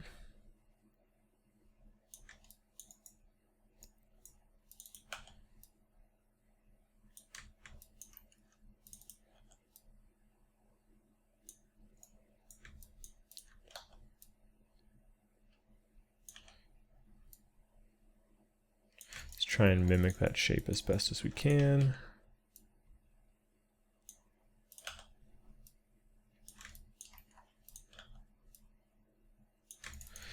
Makes me curious as to how this one turned out. Shape seems to be pretty much the same though. And that'll be that guy, which just leaves this one, so I'm not even gonna bother duplicating it. We can snap him horizontally. Then in the z-axis, and then let's go ahead and Control G to group him. Move his pivot down here, snap him, and this one seems like it's already the correct size. We're just gonna have to rotate this.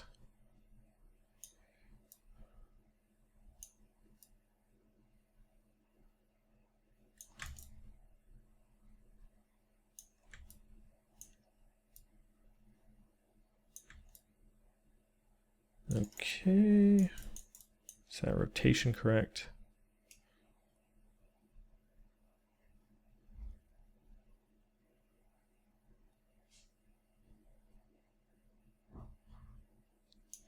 Okay, cool.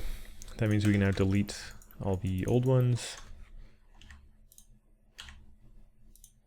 And since they were attached to each other, that's a pretty quick task. So cool. Those are all the new keys that are UV. We're gonna have to adjust some of the UVs on these side guys since we kind of messed with them a little bit.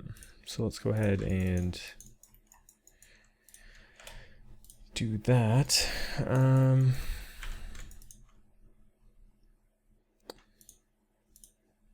Oh, oh god, I didn't UV the tops before I duplicated them around.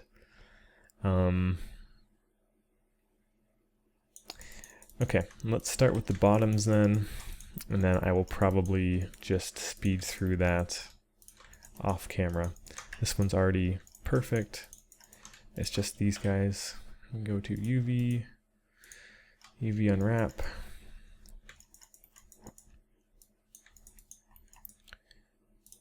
So let's start with this. And just grab the UVs, unfold, and unfold. Just gonna affect the size a little bit. Very, very minutely. Probably won't make any difference on this one specifically. Just going to straighten these guys out again.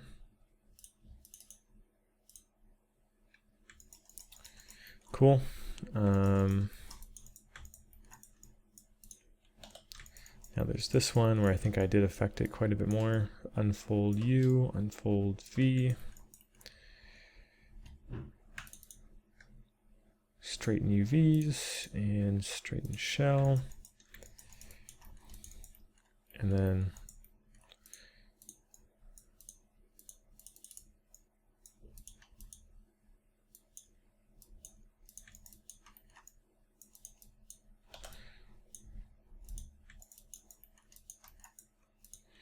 this last one.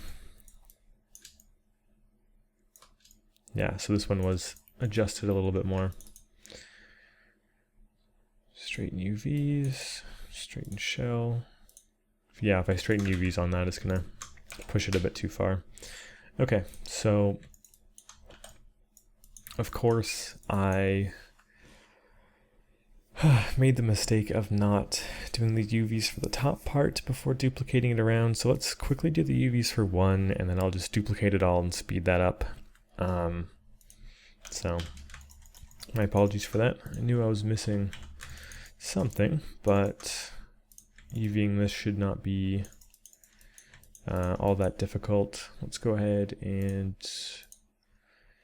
open up that editor again.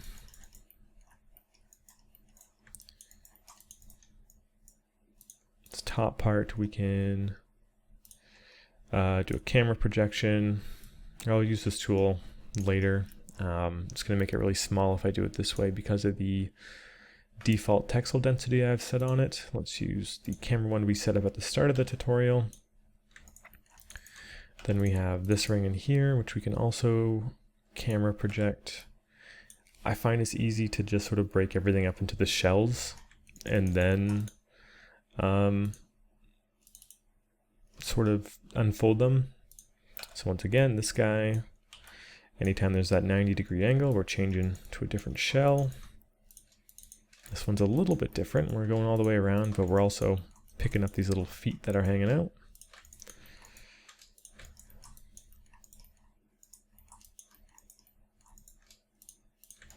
So we got those. We can hit it with a camera projection. And as for the bottom,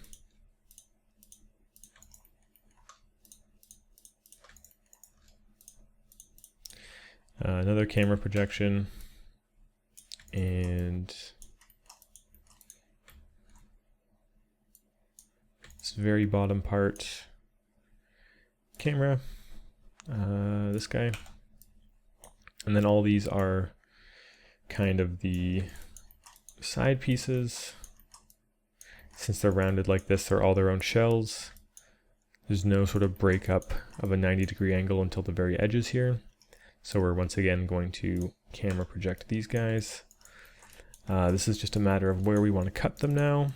So let's see where the best place to cut. If we're going to be looking at it from here for the majority of the time, having a cut tucked away in the front here will probably be the best spot for this guy. So shift right click cut, unfold. So that guy is taken care of. The top one, we're just going to have to unfold. As a ring, it's fine. This is going to allow us to have no seams whatsoever. Another thing that we could do, and it might be better for baking, just to keep things nice and straight, is we could add a cut somewhere along here. Unfold it, and it's going to turn it into this kind of shape, and then I can just use my UV straighten. So this does add a cut to our shell, but it's going to optimize our baking a little bit more because there's no round parts into it. So that's your call. If the seam is too obvious, you can always get rid of it.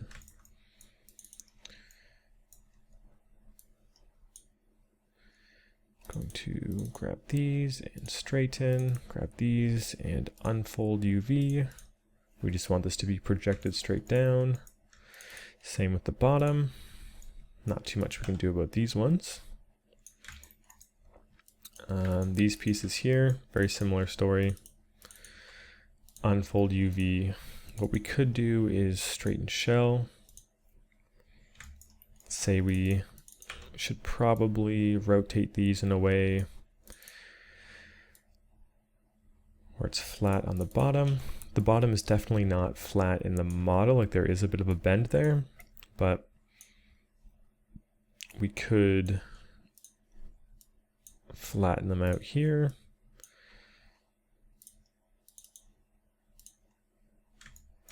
And it's just going to save us a little bit of room in our UV shell and allow us to sort of bake it down with less gradients going on. This guy here, where we add our seam, it doesn't really matter because we're rotating this guy a lot, but I'm just going to add him somewhere along this line or any of these sort of like feet pieces coming out. Just seems more natural than in the middle of a random spot. So let's go ahead and cut that. Unfold. And I'm going to straighten shell. And then with these guys, unfold UV. I'm not quite sure what this is.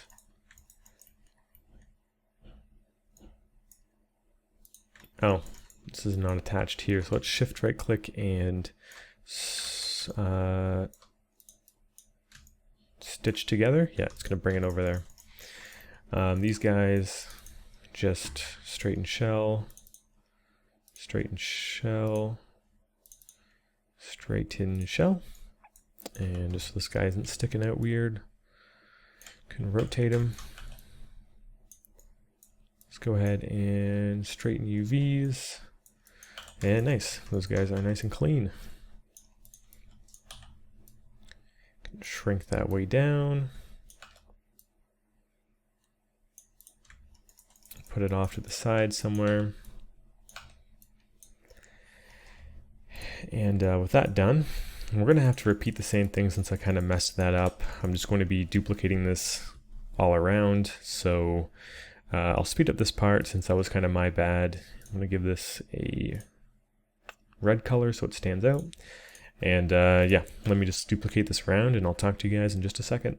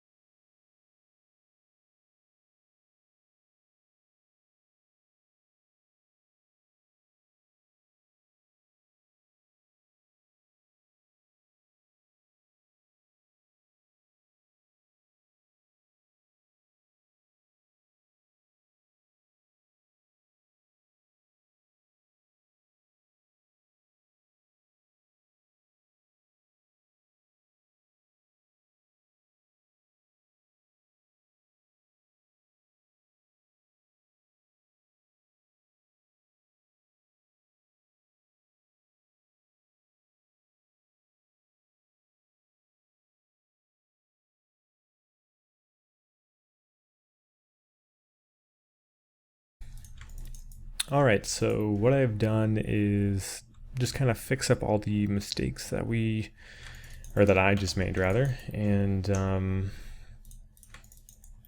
now we have all our keys laid out. I kind of changed the color back so that they fit in with the sort of low poly, no color look we're going for. I suppose I should do the same with these feet. Yep. So yeah, now they're all done, they're all laid out. I combined the top parts and the bottom parts. So they're not actually attached, like merged together, the vertices or anything like that, but they're set up in a way where that doesn't really matter all that much because they're flush and there's no openings or anything like that. So for all intents and purposes, it's pretty much the same thing. And then the last thing I wanted to tackle before I sort of start speeding this up quite a bit and doing a light commentary over it would be this main keyboard. Now, if I'm not mistaken, like this back part should all be fine. The only real part that needs a lot of attention is going to be right here, where I should have just gone through and connected all of these, as well as the tops. The tops are going to have to snap to be completely flush with these guys, but we can do that at the very end. The first thing that we need to worry about really, and I probably should have done it as I was going along, was these sort of rounded bits. So let's sort of compare the high poly to this.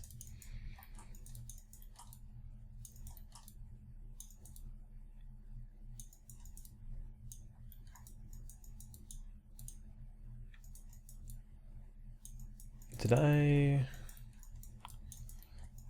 feel like I slightly moved it over. Did I nudge it over at some point? Let's just hit Control Z a few times.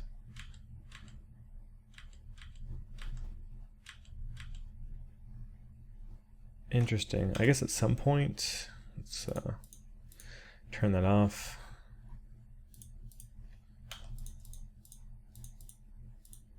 Bring back the high poly. I guess at some point I nudged this over because this one looks fine, but this looks like everything's slightly to the left, even yeah, even here. So let's just shimmy that back into place. It's looking a lot better because we want it to sort of be in here when we bake it down.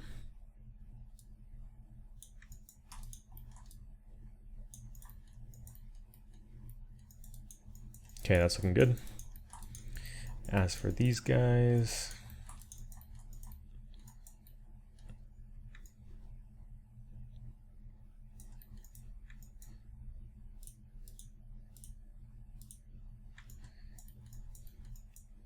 it's really hard to say because it looks like it's a lot tighter. Like it's much more of a curve like this.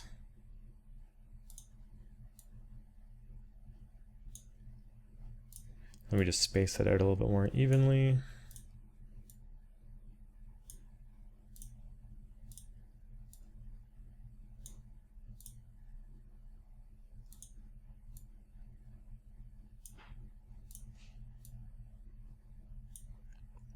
So it's a bit more like this. When we started to polish things, it really softened it out.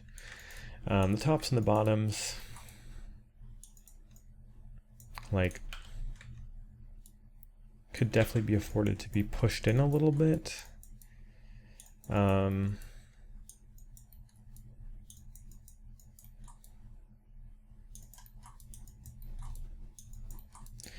mean, like back here, it's fine. If I can get a good camera angle. Seems pretty fine. I think that stuff should be good, especially when we're baking it down. It's mostly just these rounded areas.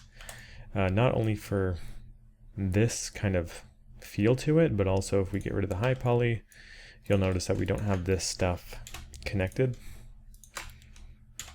So we're gonna have to sort of connect it like so.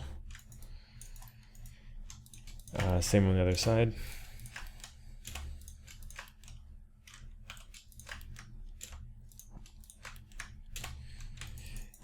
And for this, probably the quickest solution would be to grab these pieces here, go to our Smart Duplicate Face,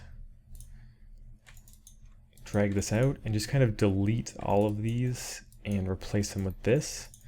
There's a few other areas that might need more attention, kind of like these sloped areas. Got quite kind of thrown off a little bit when we were softening things out quite a bit.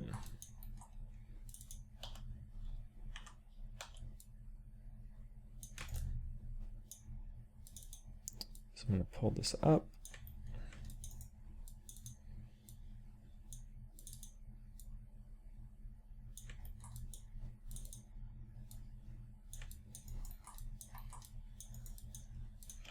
And then there is a decent gap between that.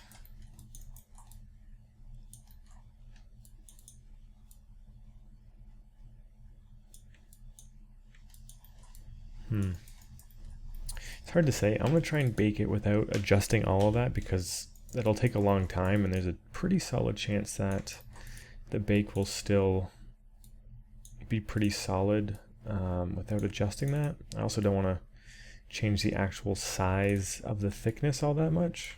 Like, we set it up in a specific way for a reason.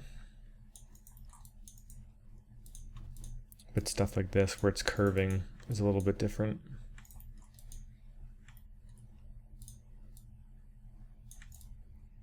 Because that's actual silhouette information.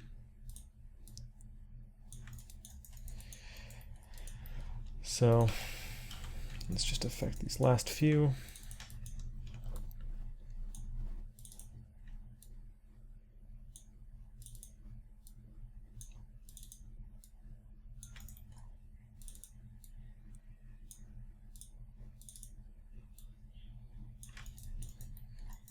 Okay.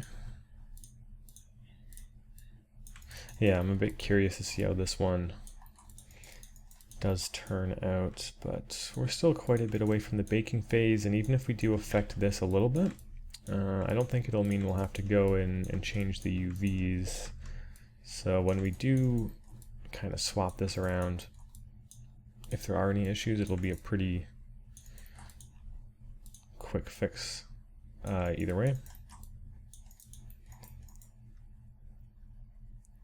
This one honestly seems fine. And then this guy is the same as the other ones.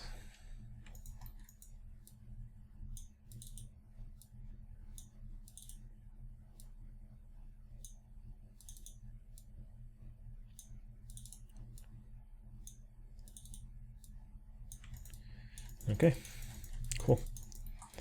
Let's hide that high poly. And just like a lot of other things we've done in this part, I am just going to speed through this. Let's do a few of them together, and then I will just pretty much say, hey, I'll see you guys as soon as this part's done.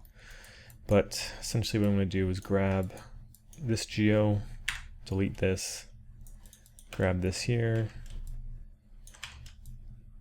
snap it into place, make sure it's all flush, and then if we turn on our high poly,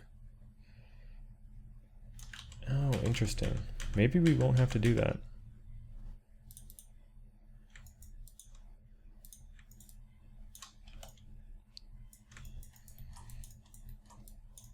Because that seems pretty snug there, but this...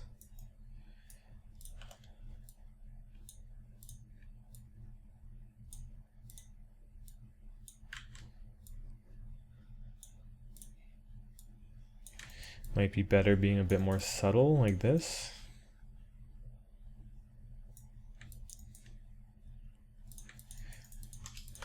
Let's see if maybe duplicating them all around with this guy here is better, because we're still gonna have to close off all these verts. So it might even be faster to just duplicate this.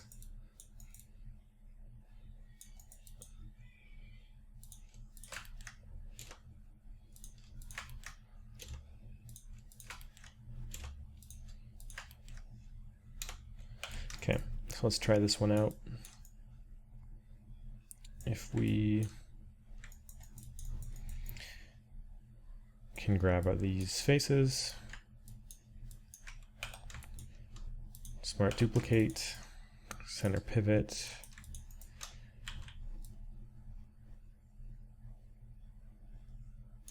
and move the pivot here.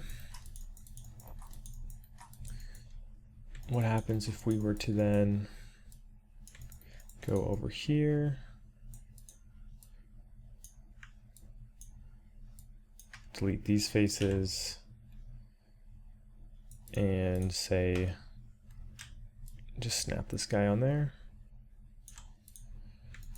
It's kind of hard with the high poly visible. So we snap it there.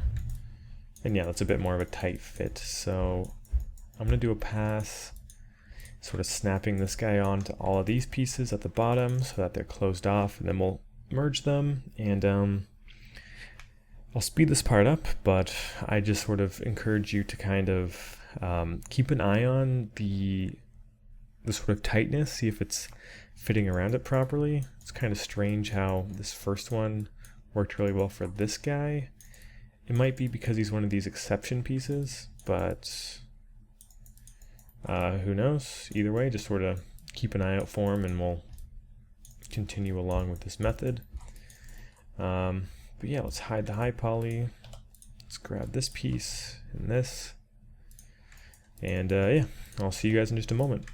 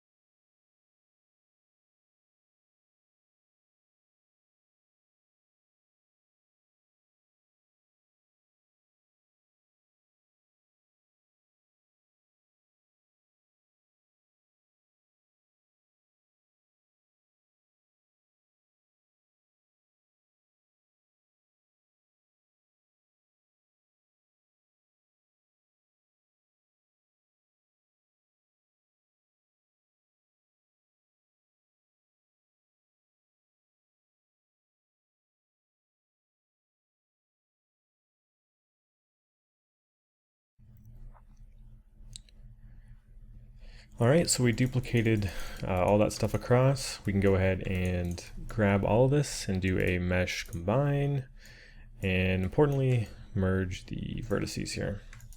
So all this stuff is already pretty low poly, so we should be fine. I'm thinking about these faces here, if we can go ahead and delete them. Let's go ahead and look at our high poly for this. These faces are all kind of pressed in here and should be pretty much impossible to see. So deleting them is definitely not out of the question, but I think we'll leave them just because it would be kind of weird to have kind of this really open looking piece if someone did see that. I'm also not super convinced that this is properly centered. I want to be able to see stuff peeking through on both sides. Seems like this side is not as powerful. We can hit the plus and minus keys to make our gizmo bigger, which will make it more sensitive to movement.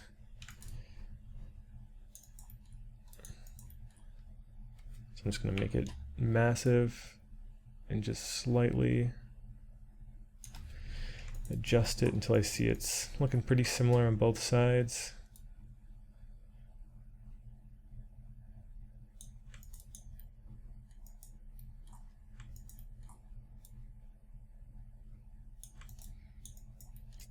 think that's probably as close as we're gonna get, in all honesty. So the final thing we have to do for these guys, which is a pretty quick one, is first of all, let's add this to the low poly layer. We'll get out of the ZBrush layer. We can color these guys back to our gray color. And all that we really have to do to sort of finish this off is take these top caps and snap them so that they're level with these pieces here. Vertex snap that. Vertex snap that. Seems like they might already all be like that. No, not those guys. This row seems to be snapped at the right height. This guy we haven't gotten to yet. He's an exception piece. So there's this second row. Let's see if we can just grab them all at once. Deselect the sides. Let's squish them so they're the same height. And snap them down so they're flush. Perfect. Let's do the same for the next row.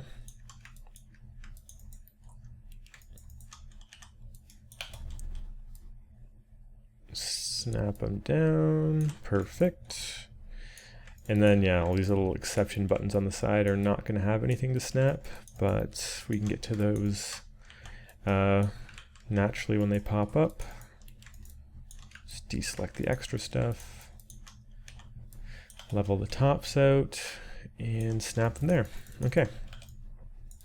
So with that keyboard being done, obviously there's exceptions like the space bar is missing and these little pieces here, but with those being done, what I do want to do is spend the next piece recording the process for me doing that for the whole low poly piece, but I've pretty much gone over all the techniques needed. Like if I record all this, we're not going to be learning anything new. Like this piece, for example, I'm just going to be filling in the holes, connecting the edges, and moving it over to the low poly group. Pieces like this, I'm going to be doing the same, but doing the UVs for them. There's no point in me recording all this stuff. It takes a lot of space up on my hard drive. It takes a long time to render and upload. So if there's any weirdness going on, just make sure to refer back to the past couple of videos to sort of see probably the best way to sort of go about it. You can always tweet me or email me or whatever as well. But for some of the weirder pieces, because I know there are a couple of them, like this spring piece here, what I'm going to be doing is just doing a really quick recap before we dive into the UVs to just sort of go over the whole model and show you how I tackled some of these pieces here, and maybe even the spiky piece might be a little bit weird. But anyways, that's going to do it for this. I'm going to have the next video just be a sped up version of all of this, and then we'll be diving into the UVs. And with the UVs done, it's just baking, texturing, and rendering, which are all some more of the funner stages of this stuff. It's more visual, it's more sort of polishing it up and getting it to a final model. So yeah, thank you guys for watching. Hopefully you learned something in these sort of low poly parts, and the next part is going to go over the rest of it, like I said. So I will see you guys in that, and I'll talk to you guys again when we're diving into the UVs. All right, thank you guys for watching, and I'll see you in those parts. Take care.